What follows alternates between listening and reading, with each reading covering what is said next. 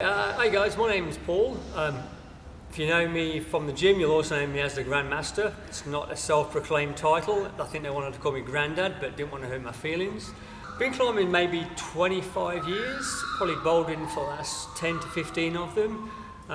Been down to Grampians. I've climbed for many years in the SHIRE, Nowra, over in the States. Probably favourite place, I've been to Rocklands 3 times in South Africa.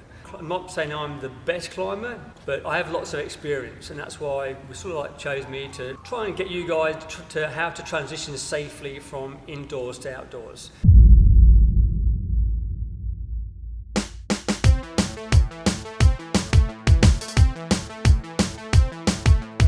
Now with the proliferation of bouldering gyms, and we have the bouldering area in the back, bouldering is seen as so much more accessible. So people just seem to be going straight from indoors to outdoors, and it's like, no, not really sure what to do. They sort of wing it, make it up as they go along. The recommendation from me personally is to try and find a group of experienced guys before you do head out. When I first started, I was taught by guys who'd been outdoors quite a few times. Most gyms have a social scene where you can probably contact some guys, or we're quite a friendly bunch of people. I'm sure if you expressed an interest in going out for the first time, some experienced climbers would say, yep, sure, come with us, we'll show you the ropes. Just get used to where to put your pads, what to expect when you're out there, you know, like whatever you take in, bring out, that kind of thing. Before you head out, or before we head out, let's say, you're going to need a certain amount of gear. Some of it's like a minimum list, and some is really nice to have, so we'll go through what you must have first. First, of course, is the climbing shoes. These are my outdoor shoes. I don't wear them indoors. Normally, I tend to have a pair of outdoor shoes, and then when they get worn out, then I'll start wearing them indoors and buy a new pair of outdoor shoes. You will also need a chalk bucket. So chalk bags are good if you're climbing on routes. You can tie them around your waist. These are designed for bouldering. You can lay them flat on the ground. Most have a little pocket. You can store your keys, wallet, etc., mobile phone in there. Consider taking an old bit of towel or rag. These are useful for wiping off your shoes before you start climbing. You don't want dirt all over the climbing, all over the rock face. Number one, you don't know what you've trodden in on the way. Number two, we have to brush it all off, especially if the ground's moist. You don't want like your holes being moist with sand and loose dirt all over them. Finger tape. When you're climbing, the rock is quite abrasive, so sometimes you're going to get little holes in your fingers or flappers on your skin where you've torn the skin away. Brushes. Different sizes, so when you go there, say first thing in the morning, you're probably going to find there's loose dirt being blown in. People have left previous chalk and tick marks, which we'll go into again shortly when we head out to the crag. Yeah, it's just for cleaning up the rock, making sure it's nice and dry and free of dust, etc. Yeah, one of those. First aid kit. You're heading outdoors, sprained ankles, snake bites, spider bites, cuts, abrasions, all the above. Most have like a thermal blanket in, so if someone does have a fall, they go in the shot. They're really useful to have. Everybody who goes out, you should take one. Empty plastic bag. Why? Because whatever you take in, you've got to bring it out. Whether it's banana skin, apple core, it doesn't belong out there. Yeah, sure, they're biodegradable, but they do not belong in the Australian bush. Finger tape, once you finish with it, throw it in. Wrappers. If you go out there, and a lot of areas are close to houses, so you might find kids have been drinking soft drinks, whatever else they may be doing. Bring it out. It may not be your wish, but please bring it out. You're doing a little bit extra, and it's making access better for climbing in the long run. There's a lot more people heading out now, which means that it's getting more noticeable, so the more we can do to help keep the crags open, the better. So even if you're not your rubbish, please bring it out. Bouldering pad. You will definitely need one of those. If you don't have one, go out with people that do have at least one bouldering pad, but it is essential you have a bouldering pad. Starter pad. Not essential, this is a homemade one, just a bit of vinyl over some foam, a bit of carpet tape which is starting to peel away. Carpet's good for cleaning your shoes before you start. Now you've seen all the gear you'll need, how about we head out to a crag and put it into use and go through a few other things as well. Let's go. Hey Paul, what do you do before you go climbing? Before you go, you try and go poop in the morning. Not always practical, but coffee, whatever else, whatever gets it happening, you take it in, you got to bring it out. We're going to head out. The crag we've chosen is really quiet, hopefully. Because of social distancing rules at the moment, keep your group small, like less than 10 people obviously. If you rock up to a crag and you see a heap of cars there, just consider moving to another crag. There's plenty of them around the Shire. 2 or 3 cars, yep, you can say 2 people per car, but any more than that, just consider moving on. The rock's not going to go anywhere, so come back another day. When we get there, we're not going to hang around because it is in a residential, quiet street, close to houses. We're just going to get there, get out the car and head to the Bouldering area, where we're not going to be disturbing the neighbours, etc.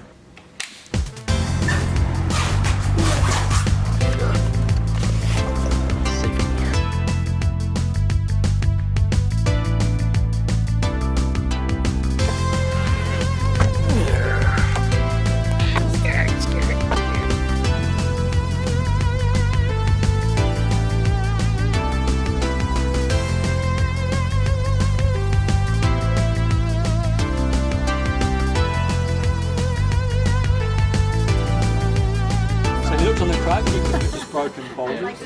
That kind of Sweet. All right. Cool. Whenever you're ready. Okay, guys. So we've just arrived. Jaden, get out. Hey guys, so we just arrived at the crag. Haven't been here for a long time. Straight away, you can tell that people have been here or disturbed the ground. There's cans, like I said. So this is where you empty bag. That's it. All it takes is just pick it up, throw it in.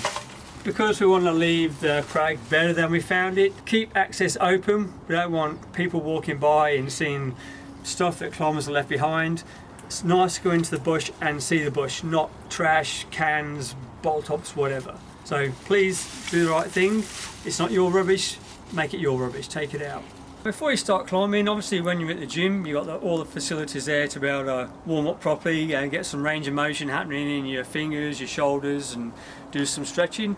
When you're out at the crag, you don't have that usually, but try and do as much as you can to warm up. That way you're going to avoid injury. You can still do your stretching. You can find like big holes to hang off and start engaging your shoulders, using the TheraBand, doing some range of motion, doing some more shoulder exercises, just general stuff like that.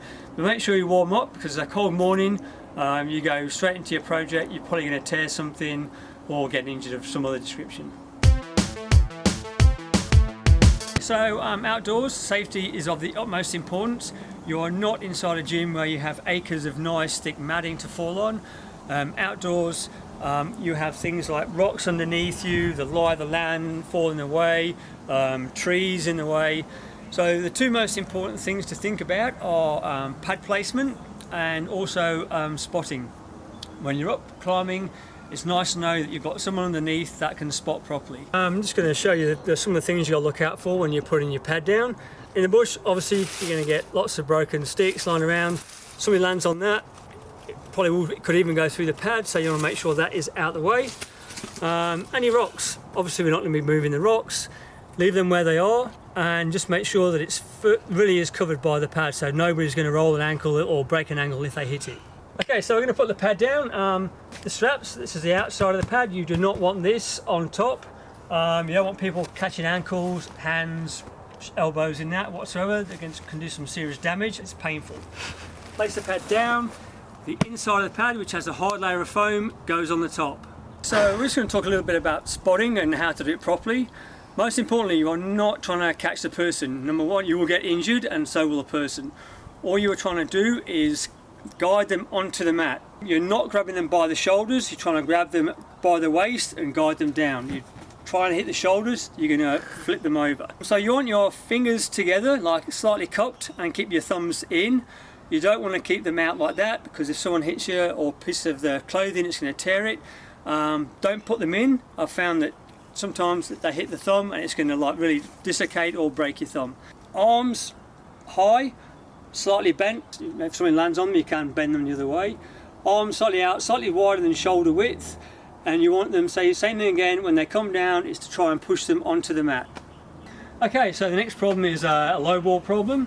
Different technique for spotting. You've still got the same things to consider. There's rocks underneath, so obviously as Jaden's coming out, you'll be able to bring the pad out and cover the rock at the same time and spot as well.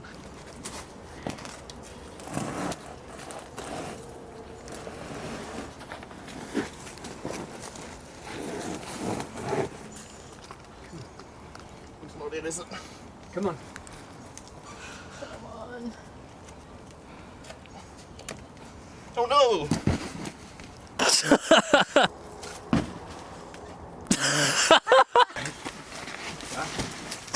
Now have a spotter Doesn't feel right. here. Yeah, jerking to that. Setting up for the next problem. Slightly more difficult as far as pad placement. This is where having more than one pad comes into play. So obviously you need 2 pads to cover the angle. Oh, this bit looks scary, but... no! Nice, Andy. You. Woo! Send! Okay, back in the gym we spoke briefly about use of excess chalk and tick marks. I'm not going to say don't do tick marks because you're still going to do them. Just try to make them as small as possible, not like this thing here. If ever you see this, you are doing tick marks too big. Secondly, if you do see tick marks, even if they're not yours, brush them off. It's quite simple. Just keep doing that. And if you do use a tick mark, is when you finish with it, still brush it off when you leave. People may not want to see it, they may not want the beta that you've been using, they might not even want to see it, and it just looks unsightly. So try and brush off any excess chalk, and that way we'll keep everybody happy. Do not climb straight after it's been raining. If it's been raining a lot, it could take 4 days for the sandstone to dry out. If it's been a shower, give it a day or 2 depending on the conditions.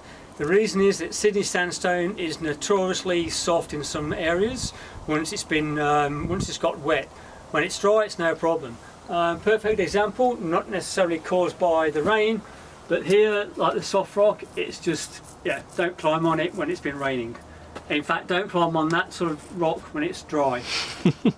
If you're going to come out to a crag, just consider leaving the music at home. If you don't want to, that's fine, but just be aware of your surroundings. So if you rock up to a boulder problem that you want to try, and there's a group there, and they are not playing music, just be polite. Go up, say, do you mind if we play the music? Or take in the nice surrounding noises of birds and wildlife, whatever. Just be considerate of other people. Also, if you're close to houses, is it loud enough that they're going to hear? In which case, that's bad because we don't want to restrict access or get it taken away from us. When you're coming into the crowd, we mentioned try and do it quietly, get out your car. Same thing on the way out is don't linger around the cars, is try and say your goodbyes, make it nice and quiet, get to your cars, and then off you go. And that way we're not going to annoy the neighbours and the local people. Just remember that the outdoors is there for everybody, not just climbers. So it's our responsibility to do the best we can to make sure we have as small impact as possible, whether it's noise, litter, chalk, whatever, and that way we'll be able to continue to enjoy it for a long time. So we're going to finish off now. I think hopefully you've either learnt something or taken something away from what we've been talking about today. Get out there, enjoy it, and we'll hopefully see you at the crag, and hopefully we'll see you back at Kirrawee Climb Fit very soon. Thank you. This is the Grandmaster signing out.